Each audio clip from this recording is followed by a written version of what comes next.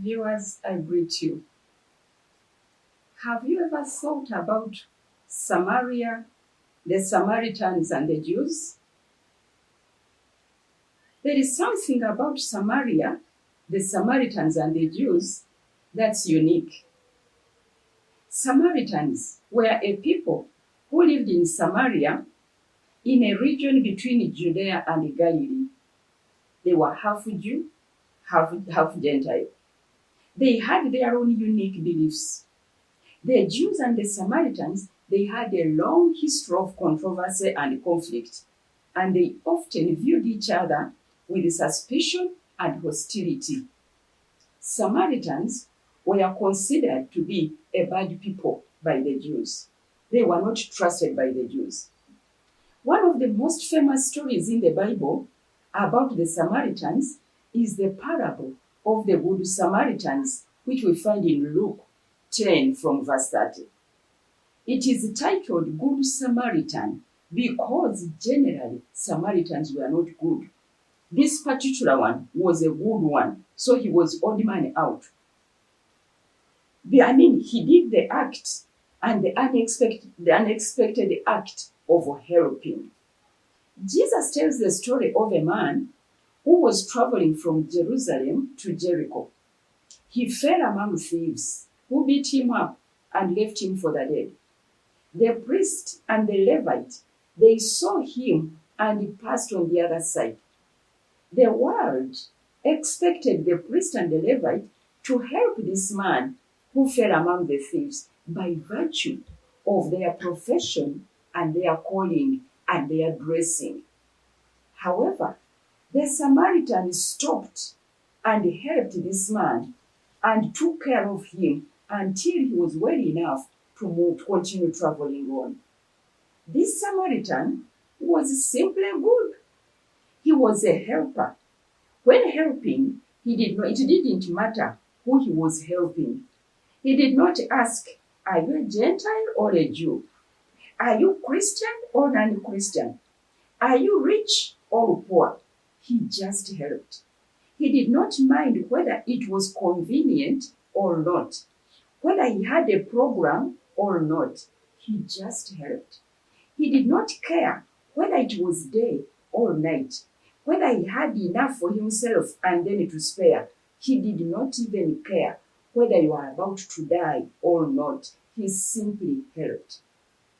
He didn't care how many people bypassed you before he came. He was ready to help. He did not charge you for the help he gave you. He helped you free of charge. He did not see it as an inconvenience. It was an assignment from God to help one in need. If the Samaritan had passed by, maybe he would not have been noticed and written about because he would have done the normal thing.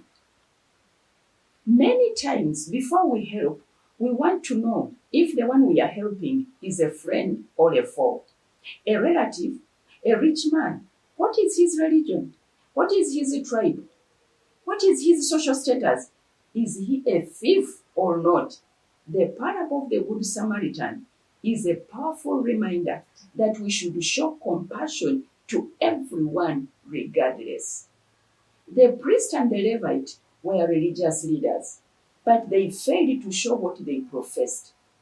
The Samaritan, on the other hand, was not a religious leader, but he showed great compassion. He helped irrespective, in spite, despite, whether or not, regardless. He asked no questions prior. Another famous story about the Samaritans is the story of the Samaritan woman at the well in John 4 from verse 7. In this story, Jesus encounters a Samaritan woman at a well, and they have a conversation about faith and religious matters. She had a listening ear.